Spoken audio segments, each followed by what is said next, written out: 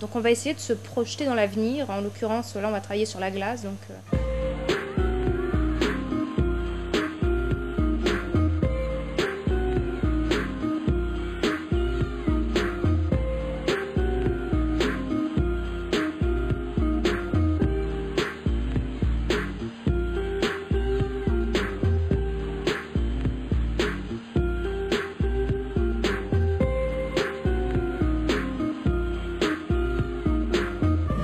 Une des premières personnes qui s'est posé cette question du design culinaire, c'est un designer catalan, une fois encore, qui est à Barcelone. L'atelier design culinaire donc, a démarré en septembre dernier à l'initiative de Stéphanie Sago et de moi-même.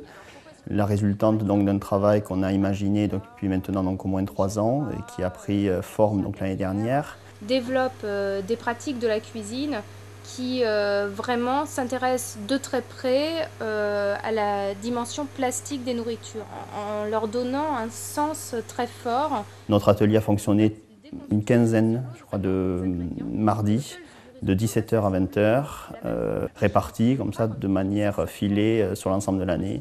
En fait, il essaie de devenir le produit, de comprendre le produit vraiment en le devenant quasiment pour essayer de restituer ce qu'il peut avoir de plus noble ou de plus fort.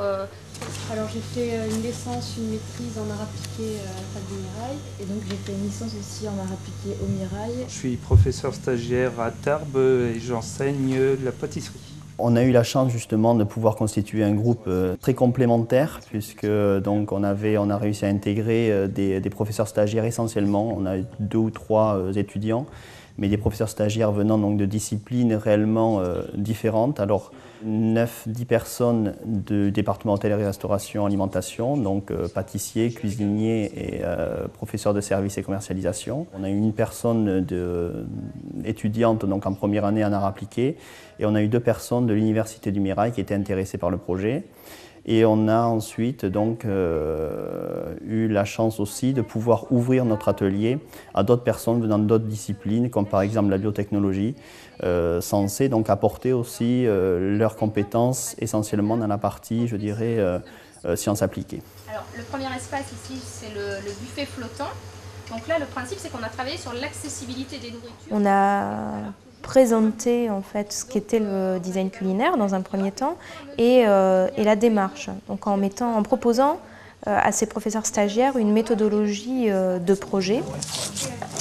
J'aimerais bien que vous fermiez les yeux s'il vous plaît. Brainstorming, donc c'est l'idée de ne rien s'interdire, de laisser passer tout ce que vous ressentez, tout ce que ça vous évoque.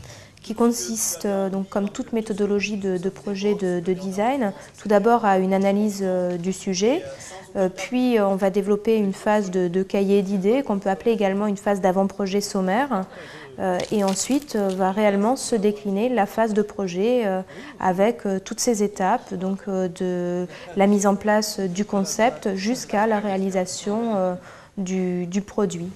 Il fait chaud, mais on sent que c'est froid en même temps. Ouais, moi ce serait plus le bar de plage.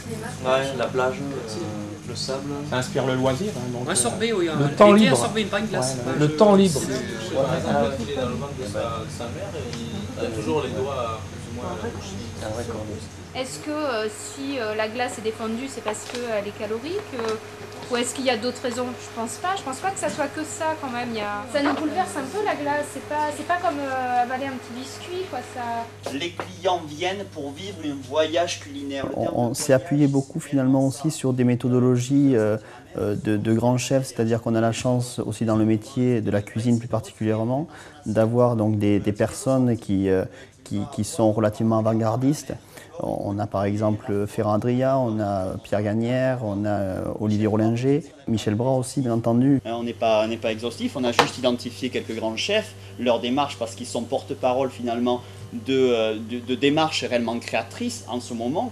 Mais nous maintenant, donc, c'est à nous maintenant de construire en fait notre démarche qui doit puiser automatiquement dans ça, voire en créer d'autres. C'est-à-dire que là... On a eu au tout départ un petit peu de mal parce que, moi je parle pour mon département, ce sont majoritairement les anciens professionnels qui ont donc une logique de production, c'est-à-dire que dès qu'ils sont en présence donc, de produits, de matières premières, tout de suite ils ont des idées, donc pas de création, de production, sans donner forcément aussi du sens non seulement dans ce que l'on fait, mais aussi dans ce que l'on va communiquer en fait aux clients. Notre démarche, c'était essentiellement de casser, de faire une rupture réellement dans ses habitudes. Ce que l'on doit arriver à avoir, c'est une dégustation qui soit signifiante, c'est-à-dire qui ait un sens.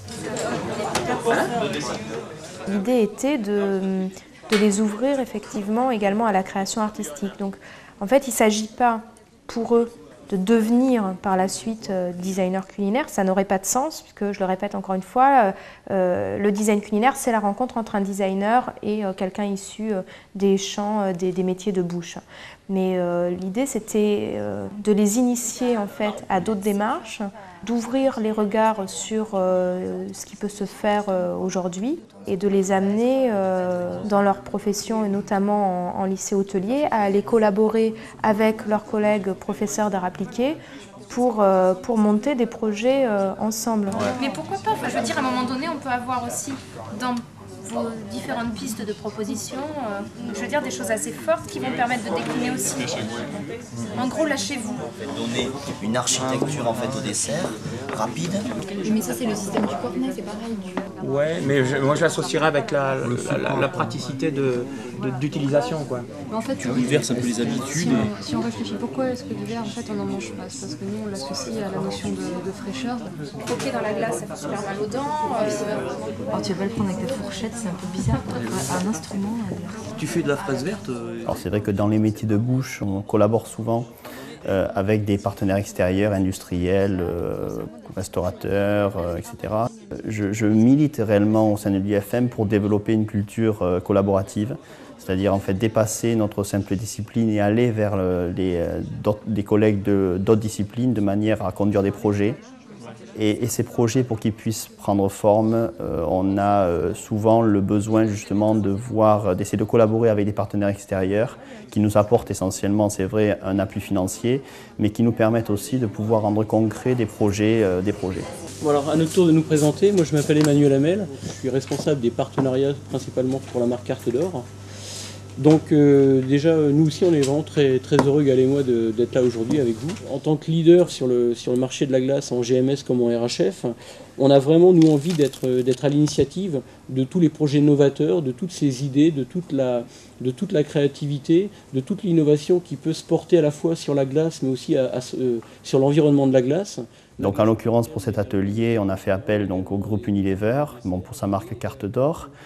On a eu donc l'appui à la fois financier et l'appui aussi moral d'Emmanuel Hamel, particulièrement du groupe Carte d'Or, qui a suivi l'atelier, qui est venu avec un de ses collaborateurs, qui nous a présenté aussi donc l'ensemble de ses produits. On a différents problèmes. D'une part, et on y vient, donc c'est la consommation moyenne par an et par habitant. En France, donc elle est de 5,5 litres. Nous avons essayé de mettre en évidence un certain nombre de problématiques qui étaient susceptibles de les intéresser. Et quand je vois également que vous parlez de dessertisation, ça répond aussi, nous, à un besoin que l'on a de sortir la glace de son environnement de dessert. Il développe aussi de grands partenariats avec des designers, donc c'est vrai que c'était l'occasion aussi de voir ce que nous pourrions apporter, à la fois en termes de méthode et bien entendu aussi en termes d'idées et susceptibles d'être reproduits en termes de fabrication. Aujourd'hui, on n'a pas encore trouvé les armes, les moyens, les solutions pour faire face à tout ça. Plus on se rend compte, plus il y a de l'offre en rayon, donc que ce soit dans les grands magasins ou en restauration, plus il y a de parfums, plus le consommateur est attiré et va prendre un parfum. Même si, dans 35% des cas, il choisit la vanille. Donc c'est un marché d'offres, ça c'est important à comprendre, et c'est des produits qui font un peu rêver, parce que ces desserts, c'est des produits qui sont assez gourmands, donc c'est avant tout du plaisir.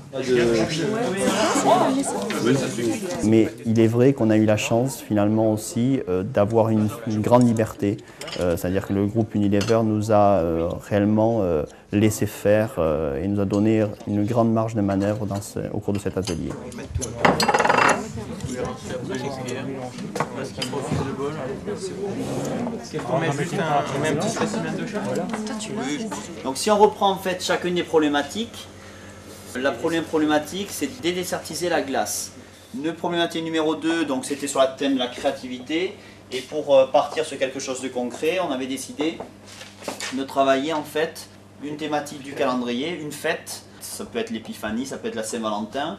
Et juste avant de démarrer en fait les travaux, et conformément en fait à la demande et aux souhaits de certains la semaine dernière, on va refaire le point en fait sur le design culinaire. Alors, le design n'engage pas un travail sur la seule forme de l'objet. Un certain nombre d'entre eux, justement dans mon département, ont été un petit peu déstabilisés au fil des ateliers parce qu'en fait ils avaient associé le design culinaire à, je dirais, le dressage essentiellement. Donc c'est la partie finie, c'est la partie présentation. Donc pour eux le design culinaire et pour un grand nombre finalement aussi de praticiens en cuisine, en pâtisserie, essentiellement c'est le beau. D'avancer, parce que bien entendu pour les cuisiniers et les pâtissiers qui sont là, le but du jeu c'est pas de faire du décor de pâtisserie tel que vous le faites en pâtisserie. C'est là où est notre difficulté d'ailleurs. Et c'est là où va être la difficulté. Ce n'est pas le produit fini qui nous intéresse particulièrement, mais comprenez que c'est la démarche finalement qui est importante et c'est toutes les interrogations et sans doute aussi les doutes que vous avez aujourd'hui. Comprenez aussi que c'est un obstacle que vous devez franchir parce que vous êtes tous habitués à faire des choses parce que vous avez été conditionnés par rapport à votre formation. C'est vrai que l'assiette dressée est une thématique que l'on voit régulièrement dans les magazines, dans les revues. Il y a énormément de livres de cuisine très esthétisants qui sortent également sur le sujet. Et donc ça, c'est vraiment une explication qu'il faut toujours donner dans ce domaine, enfin dans cette discipline du design culinaire, c'est qu'effectivement, on va construire une problématique et bien souvent, la dimension esthétique est la conséquence et le résultat en fait d'une problématique liée sur la fonction et l'usage. Et c'est d'ailleurs ce qu'on voit dans les projets qui ressortent, puisque par exemple, on a réfléchi à un projet lié à l'apéritif, donc on a analysé ce moment qui était l'apéritif. Alors c'est quoi les codes, les usages donc, autour de l'apéritif? C'est quoi? Donc déjà il y a une atmosphère derrière, il y a le convivialité. Et au final, ça a donné lieu à des espèces de tapas glacés qu'on viendrait utiliser dans le verre comme un glaçon. Mais la forme de ces tapas est née de toute une réflexion autour de gestuels de dégustation et du moment de l'apéritif qui est un moment convivial, etc.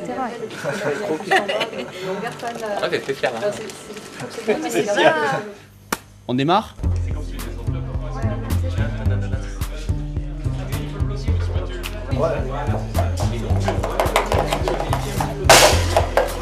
Quand tu mettras le feu à la bougie, là, ça peut être chouette.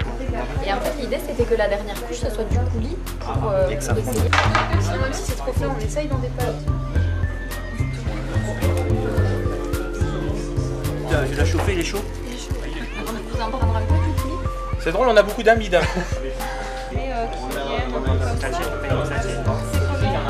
Ça te donne en fait des textures, ça te donne en fait C'est la même chose parce que là, ça, l'idée c'était de mettre là, la bougie, ouais, et avec des formes qui peuvent être plus ou moins organiques, comme des montagnes.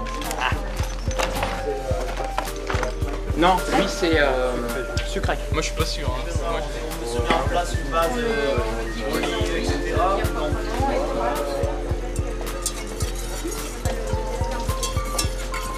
Ouais, c'est vrai, c'est une bonne idée. Ça parfumerait en même temps juste une cuillerée. Bah oui, c'est vraiment une... Donc là, on voit que ça commence à...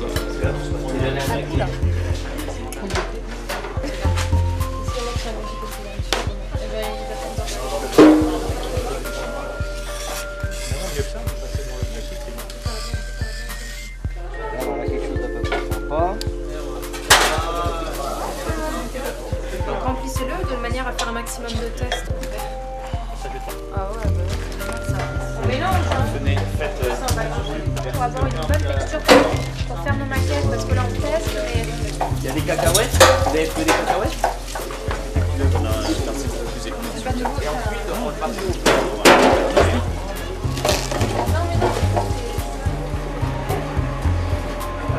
J'ai mis la top de beurre. Ah carrément? Entière. pas les mixer.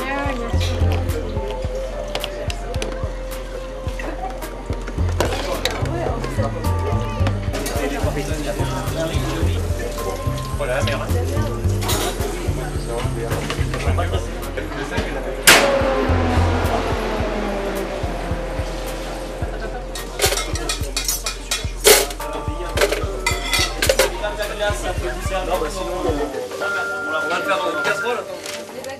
Et voilà, et donc pour le fabriquer, là, on a juste pensé avant de partir à des... Comment ça s'appelle?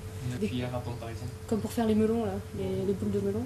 Et donc toujours sur le principe de l'épiphanie, où elles sont toutes prédécoupées, donc chaque part est un cube blanc, et une de ces parts cache en fait un coulis de fruits rouges ou très voyants qui se répand dans l'assiette quand on commence à manger. Donc en fait c'est ça la femme. Et donc les parts étaient prédécoupées, c'était des modules qui sont briqués quoi. Il faut essayer de trouver un parfum qui colle bien avec les 3D et faire des mini cornets de glace et les disposer, style faire un arbre en petits bâtonnets. Ça peut être soit un ananas qu'on aura retourné, coupé, ou alors une boule de polystyrène qu'on aura... Oui, voilà. On peut essayer de faire quelque chose d'un peu plus sobre et sortir des codes justement. Essayer de donner un peu de caractère à l'ensemble, enfin créer une entité. Donc qu'est-ce que pourrait être cette tige? Est-ce que c'est une baguette, un pic à brochette qu'on coupe Regarde,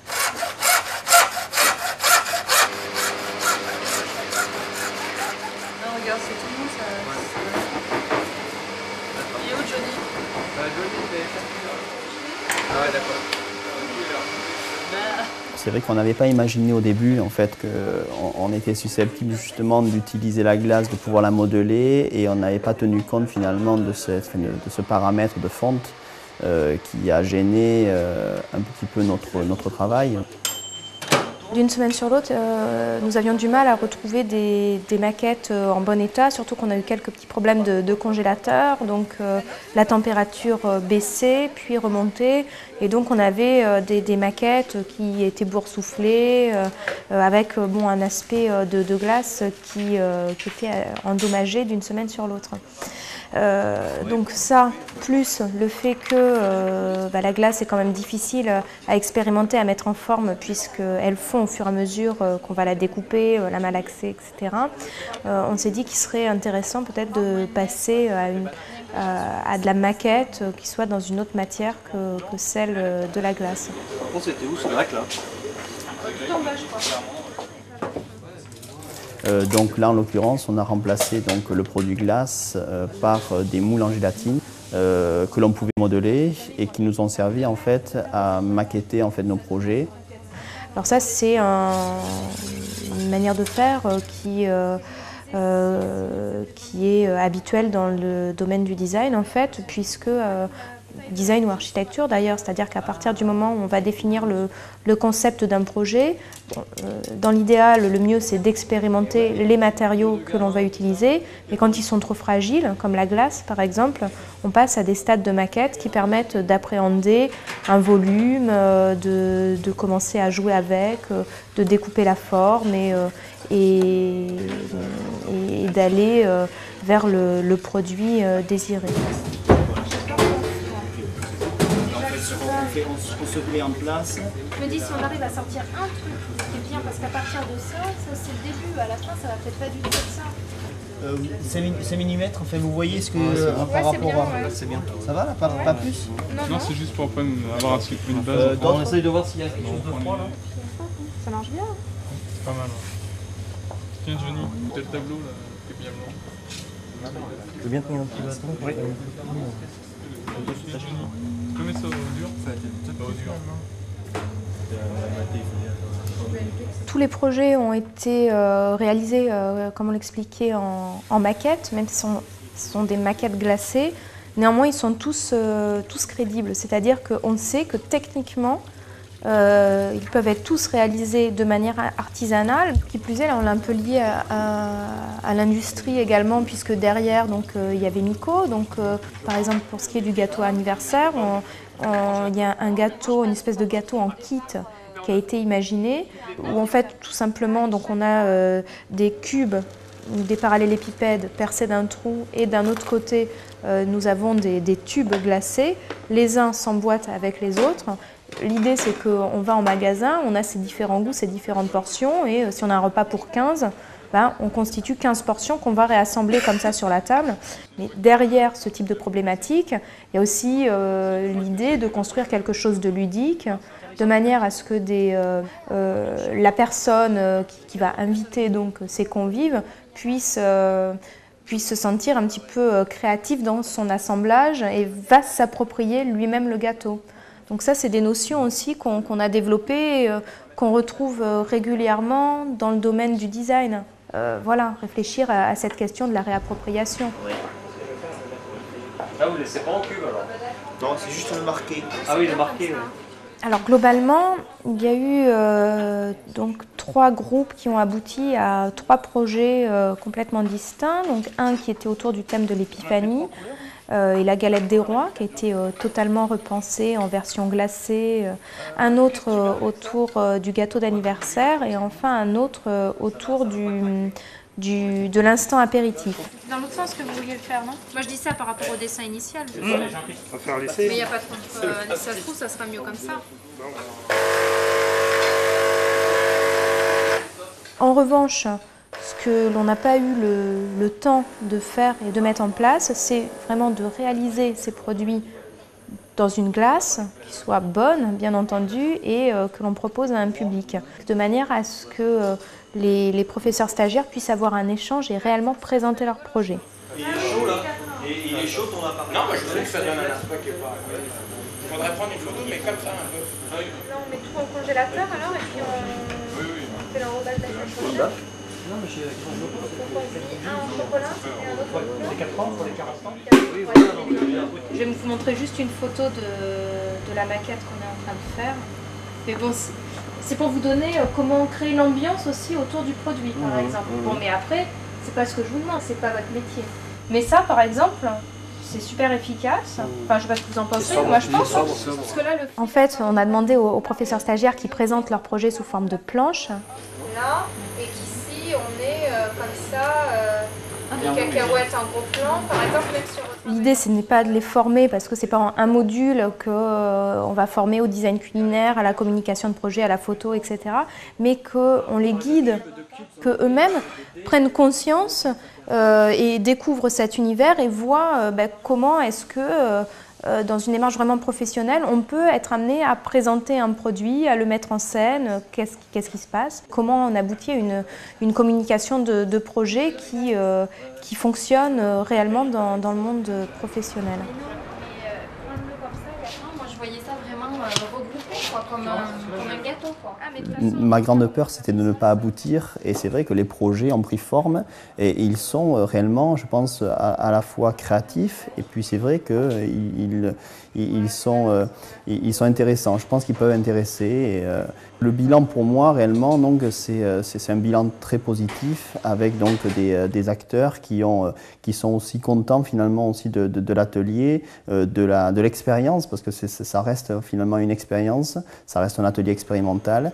Mais c'est vrai que cette ouverture vers la photo, parce que c'est vrai qu'il y a une partie aussi, on a pris des photos mais de manière artisanale.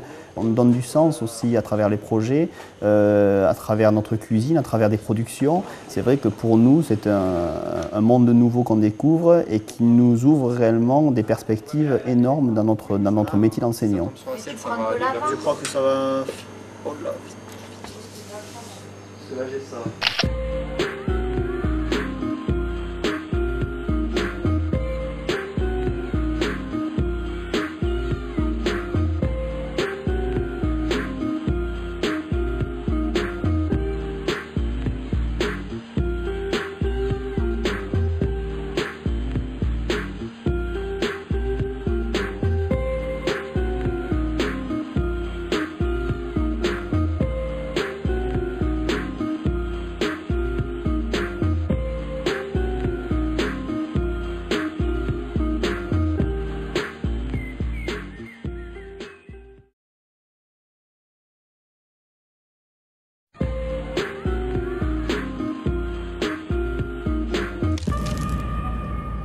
Bonjour, je m'appelle Brice, je suis professeur de services et commercialisation. Cet atelier, ça m'a apporté en fait une ouverture d'esprit parce qu'on était mélangé avec d'autres personnes et cette mixité de culture en fait et d'origine nous a permis de découvrir des choses qui étaient totalement différentes dans un environnement que nous ne connaissions pas du tout puisque le design culinaire c'était nouveau.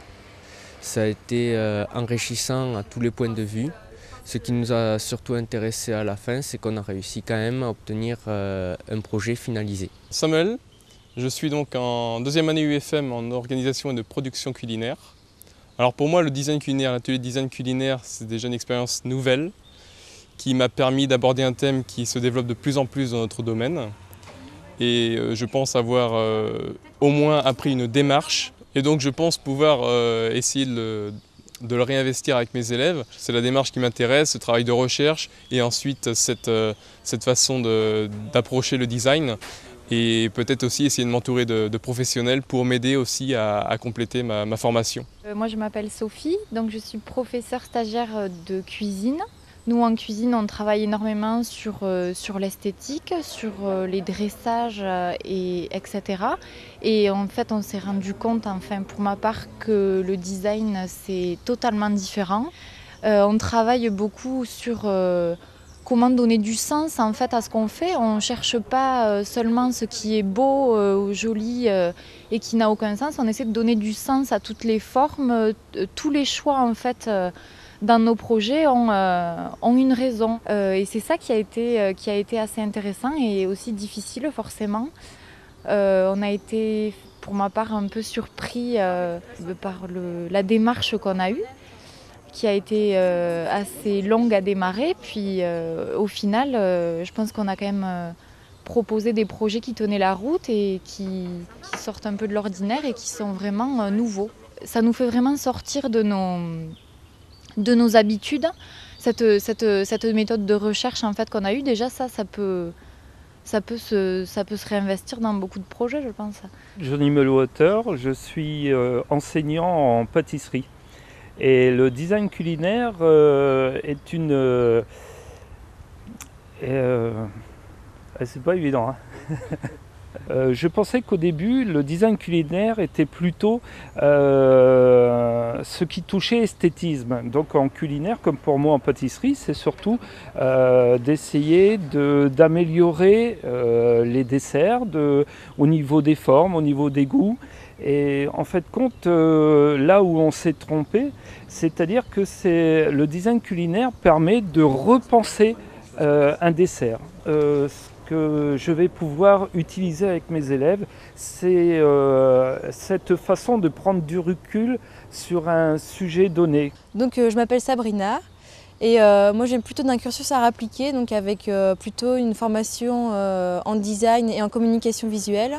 Et j'ai fait une licence sur le thème justement du design culinaire. Donc quand cet atelier a été mis en place, ça m'a paru très intéressant de travailler en relation avec des cuisiniers. Et ça s'est très bien passé d'ailleurs, l'échange est bien passé parce que personne n'avait d'a priori sur la discipline de l'autre. Et c'est comme ça qu'on a mis en place un projet avec les apports de chacun. Bien, je m'appelle Pierre-Loïc Rodier, donc professeur stagiaire en organisation et production culinaire. Le design, c'est vrai qu'au départ, je ne savais pas trop ce que c'était exactement. Je l'ai assimilé plutôt à tout ce qui est architectural, tout ce qui est design autour du matériel. Et c'est vrai qu'en cuisine, on ne voyait pas trop ce que le design venait faire ici. Cet atelier nous a permis de voir quelle était la place du design justement dans l'assiette et comment on pouvait l'interpréter après avec les élèves, comment on pouvait concevoir justement un plat, une assiette à partir d'une démarche créative et à partir du design. En cuisine, on a surtout une démarche très directe et très proche du produit. Et là, le fait de pouvoir travailler avec d'autres collègues d'art appliqué, on s'est rendu compte qu'en fait, une autre approche était justement très judicieuse et permettait d'avoir une certaine ouverture sur la créativité.